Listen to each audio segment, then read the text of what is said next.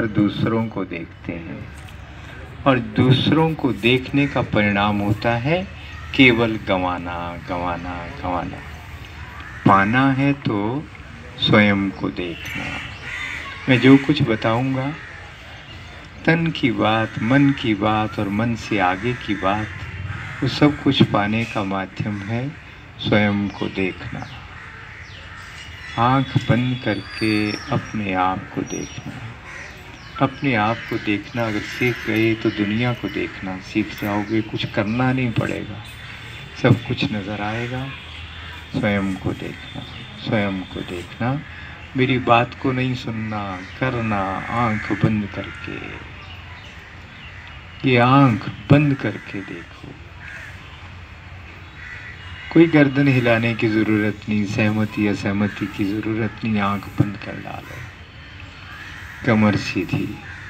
आप नहीं जानते, बहुत बड़ा सीक्रेट है। आपके पास एक ऐसी ताकत है जो पूरी ब्रह्मांड की ताकत एक और आपकी ताकत एक और। वो क्या है? वो है आपकी रिप्रोडक्शन की ताकत।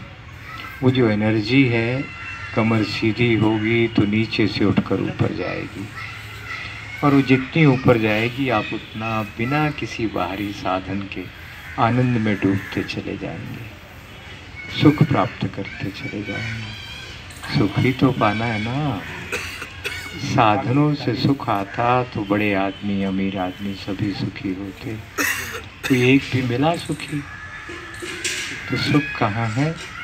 भीतर जाने में, स्वयं को देखने में।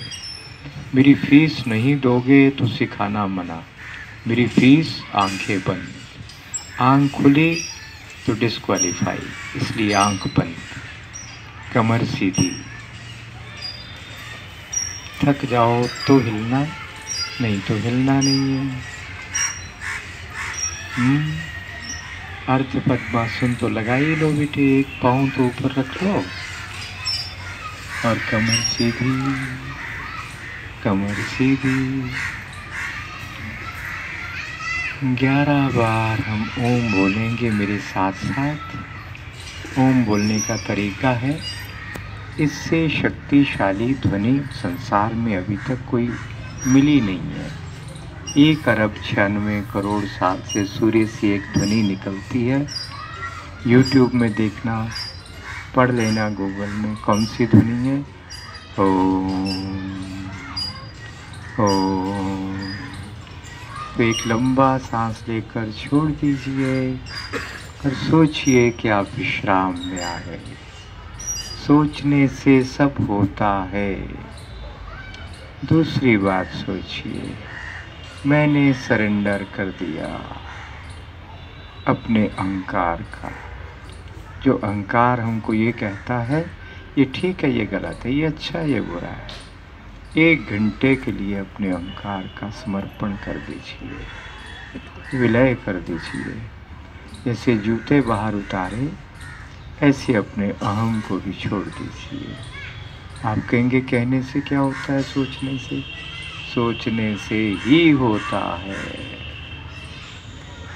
ये चिंता छोड़ दीजिए कि होगा कि नहीं, वो हम देख लेंगे। आप तो सोचिए, छोड़ दिया अहंकार। जो बताया जाएगा उसको वैसे का वैसा ग्रहण करेंगे, समर्पण। 1 घंटे के बाद उसका मूल्यांकन करेंगे, अभी नहीं करेंगे, करना होगा तो बाद में। अब 11 बार ओम बोलेंगे, एक सांस लेना और छोड़ना। अब ओम के लिए सांस लें।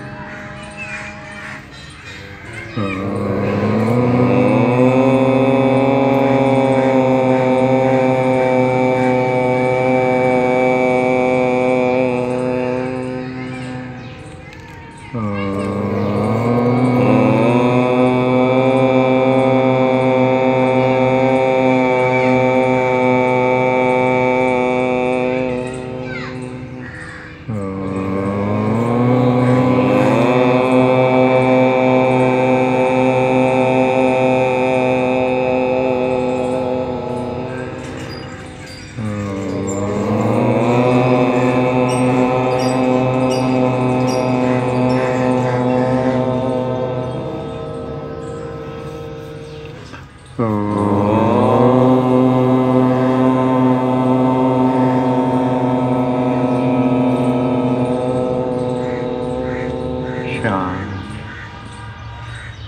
मौन होकर बैठे। मन में ओम का जाप चलता रहे। हर श्वास को लेते हुए ओम, हर श्वास को छोड़ते हुए ओम। प्रोफेसर जे मॉर्गन का बड़ा नाम प्रसिद्ध है, एमडी डॉक्टर हैं, सभी बीमारियों का इलाज करते हैं अमेरिका में केवल ओम बुलवाकर।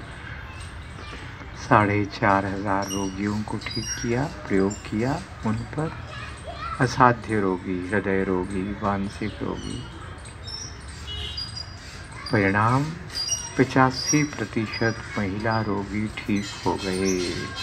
असाध्य का मतलब इनक्योरेबल, जिनको कहा था ये अब ठीक नहीं होंगे। 70% रोगी पुरुष ठीक हुए। अंतर क्यों है 15% का? अंतर इसलिए है, हमारी जो माताएं, बहनें, दीदियां हैं जो करती हैं 100% करती हैं। पुरुष का मन इफ एंड बट्स लगाता है। वो अमेरिका हो या भारत हो, एक ही जैसा मन है। तो परिणाम ज़्यादा चाहिए तो पूरा मन डालो, परिणाम नहीं चाहिए तो मन मत डालो, पूरे मन से मत करो। एक बात। दूसरी बात, आपने कहा थायराइड और डायबिटीज़, मधुमेह और अवटु ग्रंथि के रोग। सरल है। मुश्किल तो बीमारी को पैदा करना है, वो मुश्किल काम आपने कर डाला, इसके लिए आप मानना पड़ेगा बहुत हिम्मत वाले हैं। आपने ये बीमारी आई नहीं, प्राप्त की है। तो उसके बारे में पहली बात,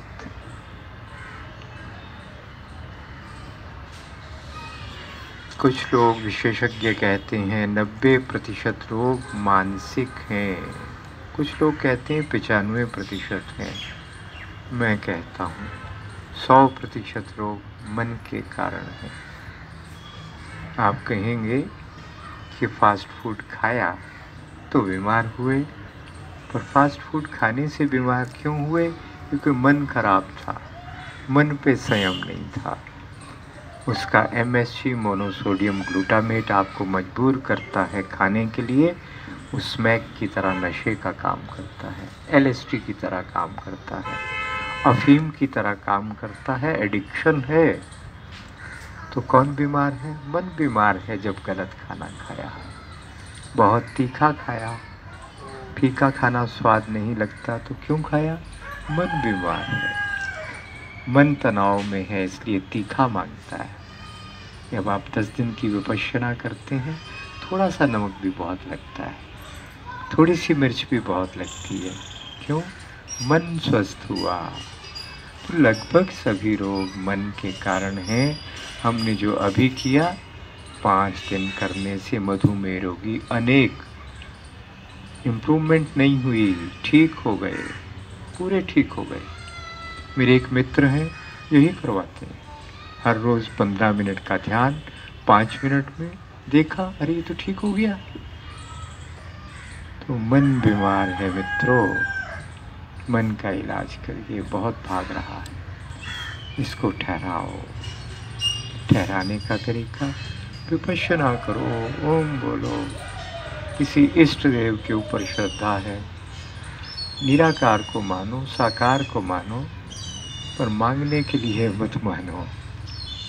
मन को टिकाने के लिए मानो। मांगना ही पड़े तो उससे मांगो, आदमी से अच्छा है उससे मांगना। वो देता है, किसको देता है? जिसका मन फोकस होता है, जिसका मन स्थिर होता है। वो जो मांगता है, प्रकृति को वो देना पड़ता है, वो मजबूर हो जाती है देने के लिए। पर जिसका भागता मन है, उससे सब कुछ छूट जाता है। मन को ठहरा लो, सभी रोग ठीक होने लगेंगे। और बुद्धि इतनी अच्छी चलेगी कि जो फिजिकल लेवल पर, स्थूल स्तर पर जो करना है वो आप कर पाएंगे। नहीं तो भारद्वाज जी बोलते रहेंगे ये मत खाओ, वो मत खाओ, वो मत खाओ। इधर तो गर्दन हिलाएंगे, घर में जाकर कहेंगे अरे कभी कभी लेने से क्या हो जाता है। भारद्वाज जी को कौन सा पता लगने वाला है, इनको पता ना लगे, इसको तो पता लगने वाला है ना। इनको क्या इधर होने वाला है। मन, सब कुछ मिल जाएगा, मन को ठहराना। तो इसकी साधना रोज करना, एक बार किया नहीं चलता, फिर मैला होता है। तरंगें आ रही है, आपको नज़र भी नहीं आ रही। कलयुग है ना, बुरी तरंगें ज़्यादा हैं, अच्छी तरंगें कम हैं। इसलिए सूर्यवंशी मत बनना। सूर्य निकलने के बाद उठने वाले सूर्यवंशी कहते हैं, जो सूर्य निकलने के बाद उठते हैं उनका भाग्य डूब जाता है। जो सूर्योदय से पहले उठते हैं उनके भाग्य का उदय होता है। करके देखना कुछ दिन, जिनको आदत है। कुछ नहीं कर सकते तो शरीर को घसीट कर बाहर कुर्सी पे खुले में बैठ जाना, कुर्सी पे सो जाना। आस पास पीपल का पेड़ हो तो और अच्छा है। आप देखोगे सभी बीमारियां ठीक होनी शुरू हो जाएंगी। एक बात, दो बीमारियों की बात नहीं कर रहा हूँ, सबकी बात कर रहा हूँ। दूसरी बात, जो भी बीमारी हो, एक्यूट, क्रॉनिक, अभी की सर दर्द, पेट दर्द या वर्षों पुरानी, हर बीमारी में ओम बोलना कम से कम 6 मिनट। कैसे बोलना?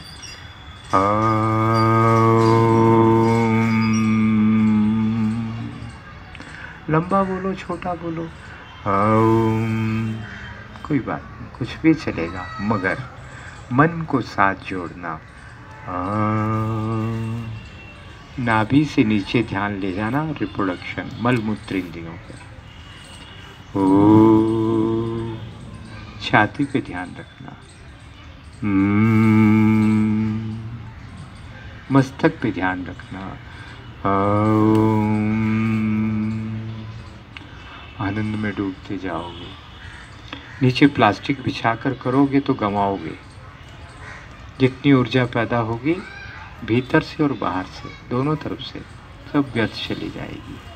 प्लास्टिक, ये जो भारद्वाज जी ने रखा है ना, जूट है, नारियल है और सूती है, इसी पर बैठना, सूती पहनकर करना, देखोगे अच्छा अच्छा होता जाएगा। तो ओम बोलना हर रोज। और पेट साफ नहीं होता, कब्ज रहती है, तो कौन सा काम बनेगा, कौन सी बीमारी जाएगी? कोई नहीं। तन न मन कुछ भी ठीक नहीं रहेगा। ये जो डिवाइस है ना, ये डिवाइस ठीक रखनी पड़ेगी, इसको ठीक खाना और पेट साफ होगा। सरल है, बहुत सरल है। सूखा हुआ काला काला आंवला लाना। थायराइड का हमने एक मरीज का इलाज किया केवल आंवले से। तो आंवला कोई थायराइड का इलाज थोड़ी करता है। आप कहेंगे नहीं करता तो आपने इलाज कैसे किया? फिर भी किया। वो क्या किया? आंवला खाने से शरीर के सारे विष निकलते हैं, है ना। हमने विष निकाले, आंवला खूब खिलाया और साथ में थायराइड की एक्सरसाइज की। बस इतनी सी बात, दवाई से बचा कर रखा, ठीक हो गए। कोई मुश्किल नहीं है, आगे बताएंगे। तो खैर, आंवला लेना, काला काला, सुंदर वाला नहीं, सूखे वाला जो है, उसको चाहो तो एक बार धो देना जल्दी से, धोकर सुखाना, सुखाकर पीसना। हाथ से पीस सको तो अच्छा है। ये जो SS है, ये गलती करने वाला मैं दुनिया का शायद पहला आदमी हूँ जो ये कह रहा है SS बहुत विषैला है, स्टेनलेस स्टील विषैला है। प्रूफ है मेरे पास। हाथ में पकड़ो, ताकत खत्म। काला नमक पीसो, काला हो जाएगा। हाथ से पीसो, लाल हो जाएगा। चटनी पीसो, स्वाद अलग होगा, घटिया होगा। हाथ से पीसो, बढ़िया होगा। झूठ बोलते हैं जो ये बोलते हैं कि SS लीच आउट नहीं होता, स्टेनलेस स्टील लीच आउट नहीं होता, हानि रहित है। हमारे आयुर्वेद वाले भी ऐसा बोलते हैं क्योंकि पता नहीं, छुपा कर रखा है जानकारी को। क्रोमियम है, निकल है, सभी विष हैं जिससे बना है। छूने से आपकी एनर्जी चली जाती है। बहुत बढ़िया गुड़ हमने बनाकर खाया, ताकत आई, पकड़ा ताकत आई, उठाकर स्टील की कटोरी में डाला, उसको ऐसे चम्मच से बजाया, उठाकर पकड़ा हाथ में, उसी गुड़ से उसी टाइम ताकत चली गई, खाने से ताकत चली गई। आप अच्छे से अच्छा खाना बनाकर पीतल में, कांसे में बनाकर स्टील में खाओगे, बीमार हो जाओगे, पूरी ऊर्जा निकल गई। आपने, मैंने कहा ना, बीमार होने के लिए बहुत खर्चा किया है, बहुत मेहनत की है। ठीक होने के लिए तो थोड़ा सा प्रयास करना है, वो कम मेहनत है ठीक होने के लिए जो करनी है। क्या करना है? ढाक का, पलाश का, पीपल का, केले का पत्ता लेना, अपनी प्लास्टिक की थाली या कुछ भी, मेलामाइन को मैं प्लास्टिक ही बोलता हूँ, उस पर रखो, उस पर खाना खाओ, रोटी ज़्यादा खाओगे, उसी दिन खाना ज़्यादा पचेगा। और जब खाना ज़्यादा पचेगा, भूख ज़्यादा लगेगी, तो स्वास्थ्य बनेगा कि तो बिगड़ेगा। अभी स्टील में खाते हो, थोड़ा भी खाते हो, नहीं पचता ठीक से। और उसकी एनर्जी, ऊर्जा जो आपको चाहिए, वो भोजन में ऊर्जा, ताकत नहीं है, भोजन में जो एनर्जी है उसमें ताकत है। वो एनर्जी तो मर गई, स्वाद आ गया, मसालों के कारण वॉल्यूम भर गया पेट का, पर जो खाया वो तो मरा हुआ है। फिर क्या होगा? फिर डायबिटीज़ होगी, फिर थायराइड होगा, फिर लिवर फेलियर होगा, किडनी फेलियर होगा, दिन भर बुझे बुझे रहोगे, काम नहीं किया जाएगा, स्टेरलाइज हो जाओगे, संतान नहीं होगी, होगी तो कमज़ोर होगी, बीमार होगी, सब गड़बड़, मन बुझा, चिढ़ा, दुखी। तो कहाँ बदलना? ये शरीर अन्न से चलता है, तो उसको ठीक अन्न देना, महंगा अन्न नहीं, ठीक देना, बड़ी खुशी की बात है। हमने यहाँ पे 2 दालों का परीक्षण पिछली बार किया, दोनों में जीवन था, पॉलिश नहीं, विष नहीं, जहरीली नहीं, अच्छी थी, नहीं मिलती है ढूंढ ढूंढ के। अपने नगर में मैं 10 साल ढूंढता रहा बिना पॉलिश की, बिना जहर की दाल। दुकानदार मेरा मजाक उड़ाते थे, ये दाल नहीं बिकती, यही सुंदर बिकती है, जो बिकता है हम वो बेचते हैं। अब वो बुलाकर कहते हैं ये बिना पॉलिश की दाल। ट्रुथ प्रिवेल्स, सत्य की विजय होती ही है, एक दिन सामने आता है। तो आपको वो दालें लेनी, वो पकानी, काहे में पकानी? स्टील में। तो क्या होगा? मर जाएगी ना। तो मरान खाकर ये शरीर जीवित कैसे रहेगा? नहीं रहता। कैसे जीवित रहता है? ये इसको भी कोई जीना कहते हैं। डॉक्टर के भरोसे जो जीते हैं वो जीवन है क्या? लाइफ एक्सपेक्टेंसी बढ़ गई। अरे काहे की बढ़ गई? दवाइयाँ खा खा कर जीते हैं। हमारे वो बूढ़े देखो ना, जो बड़ी गर्दन उठाकर छाती चौड़ी करके बोलते हैं आज तक एक दवाई की गोली नहीं खाई है मैंने। क्या बात है! इसको जीवन कहते हैं। ये जीवन है कोई? ये तो बोझ ढो रहे हैं हम। तो कहाँ पे बदलना? मैं 2 बीमारी का इलाज पूछा, मैं सबका बता रहा हूँ। 2 का अलग से भी बता देंगे। अपनी रसोई को बदल डालो, सब कुछ जीवन में बदल जाएगा। वो कांसा, वो पीतल, वो कलई, वो मिट्टी, कांच, लोहा, वो ले आओ, एक मुश्किल हो जाएगी। खाना देरी से बनता है ना, फिर ठीक है ना। अपने को खाना जल्दी बनाना है, और फिर जल्दी बनाने का मतलब ऊपर भी जल्दी जाना। अब देख लो, सब कुछ जल्दी करना है या आराम से रहना है, तय कर लो। ये हमारी दीदियाँ, ये बहनें, ये बेटियाँ, ये सब कुछ चाहती तो नहीं है, इनको पता ही नहीं है ऐसा हो रहा है। वहाँ से पैदा हो रहा है। राजीव दीक्षित जी का नाम सुना है? बहुत अच्छी तरह। तो फिर पता है ना उन्होंने क्या बताया? कुकर में पके हुए खाने के पोषक तत्व 87% मर जाते हैं, केवल 13% बचते हैं खनिज पदार्थ जिनसे जीवन मिलता है। वो मरा हुआ भोजन खाने के बाद ऑटो इम्यून डिजीज़ होती है, क्योंकि करोड़ों ये कोश, ये सेल भूखे मरते हैं। बेचारे बोल नहीं सकते, नहीं तो चीख चीख कर बोलते हैं हम भूखे मर गए। हड़ताल करते आपके खिलाफ, वो भी इनके वश का नहीं। फिर ये हड़ताल करते हैं अपनी भाषा में, इनकी अपनी लैंग्वेज है। जिन कोशों को आपको पालना है वो आत्महत्या करने लगते हैं। फिर बनती है डायबिटीज़, ऑटो इम्यून डिजीज़ तब पैदा होती है। ये स्वयं सेल मार रही हैं। ये आप ही की इंटेलिजेंस है जो आप इतना बढ़िया बना हुआ शरीर भगवान का पालने को बना, वो स्वयं को मारने का काम करने लगता है। ये कुशलता आपकी, ये प्रकृति भगवान के दिए रोग नहीं, ये हमने किया। तो कुकर में बना खाना तो मर गया, मिट्टी में बनाया तो सैकड़ों लोगों का इलाज किया। दीक्षित जी का जो मैंने नाम लिया इसलिए कोट किया, उन्होंने सैकड़ों लोगों का मधुमेह का इलाज किया जिनकी 400 नहीं 500 तक शुगर लेवल था, सब ठीक हो गए। और ठीक होने का मतलब ये अंग्रेजी दवाई की तरह नहीं होता कि जब तक जिंदा हो दवाई खाओ। हमारे ठीक होने का मतलब है दवाई बंद हो जाए और तब भी हम ठीक रहें, उसको ठीक होना बोलते हैं। तो वो ठीक हुए, कैसे हुए? सबको दवाई दी दीक्षित जी ने और कहा परहेज करो 3 महीने। क्या परहेज करना? ये बस मिट्टी के बर्तन में खाना बना के खाओ, इतना ही परहेज है। सब ठीक होकर आए, कहा ठीक हो गए? हाँ हो गए, आपकी दवाई बहुत अच्छी है। तो फिर बताया, अरे दवाई तो मैंने दी नहीं। उसको अंग्रेजी में एलोपैथी में बोलते हैं प्लेसिबो, प्लीज करने के लिए कुछ भी दे देना। ऐसी कुछ भस्म राख उठाकर कुछ दे दिया कि विश्वास बना रहे, दवाई खाई। अगर ये मनोवैज्ञानिक प्रभाव होता तो कुछ लोग ठीक होते, कुछ नहीं होते, सभी ठीक हुए। मतलब मिट्टी के बर्तन ने सबको ठीक कर डाला। जो मरा हुआ भोजन करते थे सजीवन, अगर 100 पोषक तत्व थे तो जब खाया 118 हो गए। कहाँ से आए? मिट्टी के बर्तन से आए। 18 पोषक तत्व और आए और आपका खाना एकदम समृद्ध आहार बन गया, लाइफ दी उसने। तो एक रोग ठीक होगा क्या? ना, सभी ठीक होंगे।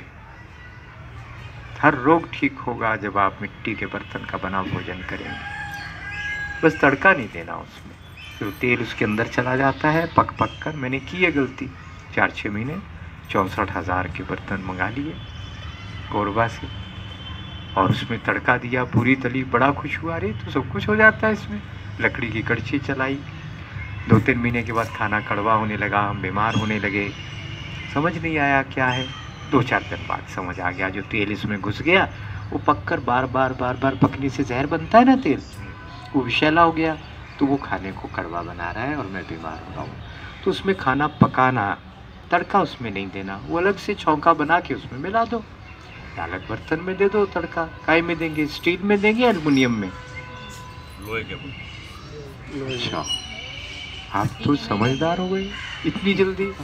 आपको बेवकूफ़ बनाने वाले ने, हमको बेवकूफ़ बनाने वालों ने 40, 50, 60, 70 साल काम की, मेहनत की, आंखें बंद कर दी। वो कैसे? वो घर घर में जो टेलीविज़न नाम का एक बक्सा लगा ना, बुद्धू बक्सा। बुद्धू बक्सा स्वयं नहीं हो, बुद्धू बनाने का बक्सा है, सबको बुद्धू बना रहा है। उसने बनाया आपको बुद्धू है। टूथपेस्ट से ये होता है, वो होता है, कॉफ़ी से ये, चॉकलेट से वो, शराब से वो, सब झूठ झूठ झूठ। हम फंस गए। तो उन्होंने जो लाखों करोड़ रुपया लगाया हमको बुद्धू बनाने पर, आप तो 1 मिनट में समझदार हो गए। मैंने कहा स्टील में तड़का, एल्युमिनियम में। आप बोले नहीं, लोहे में, कलई वाले पीतल में चलेगा ना। पहले यही करते थे, इसीलिए मरते ही नहीं थे। मैंने बताया था पिछली बार, मेगास्थनीज ने कहा आपके बारे में 2400 साल पहले, ये भारत के लोग बड़े अजीब हैं। वो बंदर के पूंछ लेकर पैदा तुम हुए होगे, हम तो नहीं, हम तो आदमी पैदा हुए थे। 2400 साल पहले भी हम बहुत विकसित थे, 24,000 साल पहले भी हम बहुत विकसित थे, और 17.5 लाख साल पहले भी हम रामेश्वरम से लेकर लंका तक 30 मील का पुल बना डालते थे। वो कला थी हमारे पास, हम तब भी विकसित थे। वो पूंछ केवल, वो विशेष संप्रदाय, सींग, वो सब प्रतीकात्मक था, विशेष संप्रदाय की विशेष पहचान। हम तो वो थे। तुम्हारी बात छोड़ दो। तो उन्होंने हमको क्या दिया था? कलई वाला बर्तन, उसमें खाना खाते थे। तो मेगास्थनीज ने कहा ये लोग बड़े अजीब हैं जो 2400 साल पहले बताया 100 साल जीते हैं, 200 साल जीते हैं, 300 साल जीते हैं, और कोई बूढ़ा नज़र नहीं आता, कोई बीमार नज़र नहीं आता, किसी के सर दर्द नहीं होती, किसी के दांत दर्द नहीं होती। यानी यूनान में सबके होती थी, वरना वो हैरान क्यों होता अगर वहाँ भी और यहाँ भी एक ही बात होती। वो आप लोग थे। क्यों थे? आपके पूर्वजों के दिए हुए बर्तन, भोजन शैली। ठीक है ना? हमको वहीं वापस जाना है। फिर से हमको 100 साल बिना गोली खाए, बिना डॉक्टर। एक हमको पैरामीटर दिया है, तुम अविकसित हो। प्रति 10,000 हमारे पास इतने डॉक्टर है, तुम्हारे पास कम है, तुम विकसित नहीं हो। और ये विकास का प्रतिमान, ये मॉडल तुम्हारा होगा, हमारा नहीं है। ना ये पैरामीटर ना मॉडल। हमारा मॉडल ये है कि डॉक्टर को खाने को रोटी बड़ी मुश्किल से मिलती है, क्योंकि कोई बीमारी नहीं होता, गोली नहीं खाता। हमारे सब अमीर थे, गरीब केवल कौन था? वैद्य। इसलिए वैद्य परंपरा आगे मुश्किल से चल रही है। कमाई नहीं होती थी, क्यों? बीमारी कोई नहीं होता। तो ये विकास का मॉडल हमारा है, ये प्रतिमान हमारा है कि कोई बीमार नहीं होगा। ये बीमार अधिक होना, केमिस्ट शॉप ज़्यादा खोलना और ज़्यादा डॉक्टर होना, ये हमारा मॉडल नहीं है। ये पश्चिम का इम्पोर्टेड मॉडल है। तो हमको भोजन का सारा वो बदलना। अब थोड़ा बीमारी की बात भी कर लेते हैं। आपने कहा इस बीमारी का, उस बीमारी का। एक बात छूट गई, हमको जितना भी है ना वो टेम्पटेशन है। हमारे बच्चों को जो बीमारी हमारे मेडिकल कॉलेज में थी, अब मुझे नौजवानों ने बताया प्राइमरी स्कूल में है वो बीमारी। वो क्या बीमारी है? काम वासना, बढ़ाना, वैसे ही खाना, वैसी जीवन शैली। तो एक घटना बड़ी काम की है, मैं बार बार सुनाता हूँ, सैकड़ों बार सुनाई, अभी सुन लो। क्योंकि भारत है ना, यहाँ पे वो एक पर्दा रखते हैं। हमारा आपका जन्म कैसे हुआ सब जानते हैं, बेटे बेटी का हम विवाह क्यों करते हैं हम जानते हैं, उसका एक फैक्टर अनेक रहते हैं। फिर भी भारत में एक शर्म है आपकी, अपनी प्रकृति संस्कृति अलग है। तो उस कहानी से सब समझ आएगा। छोटी सी कहानी। विवेकानंद जी स्वामी अखंडानंद जी के साथ हरिद्वार गए, ऋषिकेश गए। पढ़ने का शौक़ था, कहा पुस्तकालय से पुस्तकें लाओ। बड़ी बड़ी मोटी 2 पुस्तकें लाए अखंडानंद जी। दूसरे दिन वापस कर दी। अगले दिन फिर कहा, और तो लाइब्रेरी को थोड़ा गुस्सा आ गया। कल किताबें लेकर गए, आज फिर लेने आ गए बड़ी बड़ी किताबें। मजाक बना दिया है, क्या करते हैं। उन्होंने कहा विवेकानंद जी को ऐसे ऐसे वो नाराज़ हो रहा है पुस्तकाध्यक्ष लाइब्रेरी, कोई नहीं मैं जाऊँगा। वो गए, आकर कहा मैं मंगवाता हूँ किताबें। कहा उसने गुस्से में, क्या करते हो, मंगवाते हो तो पढ़ा तो करो। मैंने पढ़ ली चारों किताबें इतनी जल्दी कि हाँ पढ़ ली, आप पूछो उसमें से वो पूछना है। उसने थोड़ा गुस्से में एक किताब निकाल कर खोली, एक लाइन बोली, और विवेकानंद जी ने एक पाठ की तरह बोलना शुरू कर दिया। शब्दशः एक एक अक्षर जो किताब में लिखा है वो बोलते चले गए। उसके लिए बड़ी आश्चर्य की बात थी, ऐसा कहाँ होता है। दूसरी किताब, तीसरी, चौथी, चारों कंठस्थ है, पढ़ी नहीं है, कंठस्थ हैं। अब आप होते, मैं होता तो क्या होता। भारी श्रद्धा हुई, आश्चर्य हुआ, पूछा स्वामी जी ये कमाल आप कैसे कर लेते हैं। उसको जवाब को समझना और समझाना ये जीवन का बहुत बड़ा रहस्य है, भारतीयों के पास है। जवाब दिया, ये ब्रह्मचर्य से होता है और साधना से। केवल ब्रह्मचर्य से नहीं होगा, केवल साधना से नहीं होगा। जन्म जन्मांतर साधना करो, यदि ब्रह्मचर्य नहीं है तो नाली के कीड़े बनकर जिए हो, कभी विकास नहीं होगा, कभी उन्नति नहीं होगी। जितना संयम उतनी प्राप्ति।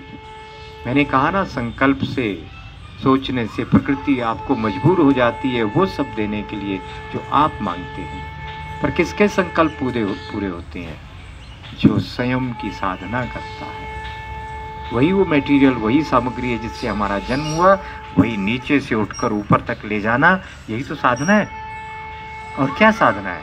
तब ये 100 करोड़ ब्रेन सेल एक्टिवेट होते हैं, जागृत होते हैं, और हम साधारण मानव से अति मानव बन जाते हैं, असाधारण हो जाते हैं, दुनिया की सारी सिद्धियां प्राप्त हो जाती है। बस लेन देन का हिसाब है, कितना इनपुट डाला साधना का और संयम का, उतना आउटपुट आ गया। किसको फैसला करना है? आपको फैसला करना है। कितना देना और कितना पाना, यहाँ हिसाब प्रकृति का बहुत ठीक से चलता है, ठगी नहीं चलती। जितना दिया उतना पालोगे। अब कितना पाना है और कितना देना है, एक एक व्यक्ति का ये व्यक्तिगत मामला है। हमारे पास ऐसे योग हैं, ब्रह्मचर्य के साथ योगों का प्रयोग करने के बाद आदमी अमर हो जाता है। 200, 500, 1000 साल की बात नहीं है, वो लिखा है सीधे सीधे, अमर हो जाएगा। ज्योतिषमती का प्रयोग है, सौमूत्र का प्रयोग है, ऐसे दर्जनों योग हैं। तो ये केवल आपकी जानकारी में, आपको नहीं कहता हूँ इतनी साधना कठोर करो। हम गृहस्थ लोग हैं, पर उस नाली के कीड़े बनकर जीने का ये जीवन नहीं है। हमारे बच्चों का जीवन बर्बाद हो रहा है। हम आप तो समझ सकते हैं, संयम कर सकते हैं, वो बच्चे ऐसा कुछ नहीं कर सकते। उनको उसमें डुबाया जा रहा है ताकि इस देश में कभी कोई विवेकानंद पैदा नहीं हो, कोई सुभाष चंद्र पैदा ना हो, कोई अब्दुल कलाम पैदा ना हो। ये प्रबंध कर दिया केवल एक तरीके से, हमारे बच्चों को वासना के गर्त में गिराकर और उनके शरीर के सारे सिस्टम को बचपन में ही बड़ों जैसा बना देने के लिए हमको दे दिया ऑक्सीटोसिन। उस जैसा और भी बहुत कुछ होगा। वो जो घिया में वो लगाते हैं ना, उसी के कारण बच्चों के शरीर में जब जाता है तो छोटा बच्चा, छोटी बच्ची, उसके शरीर के अंग 10 साल में उतने विकसित हो जाते हैं जितने 18, 20, 22, 25 साल में होने लगे। ये बहुआयामी शरारत है। तो इससे बाहर निकलना है तो क्या, कोई आंदोलन नहीं, कोई गोली नहीं चलानी, कोई गोली नहीं खानी, कोई जेल नहीं जाना, बस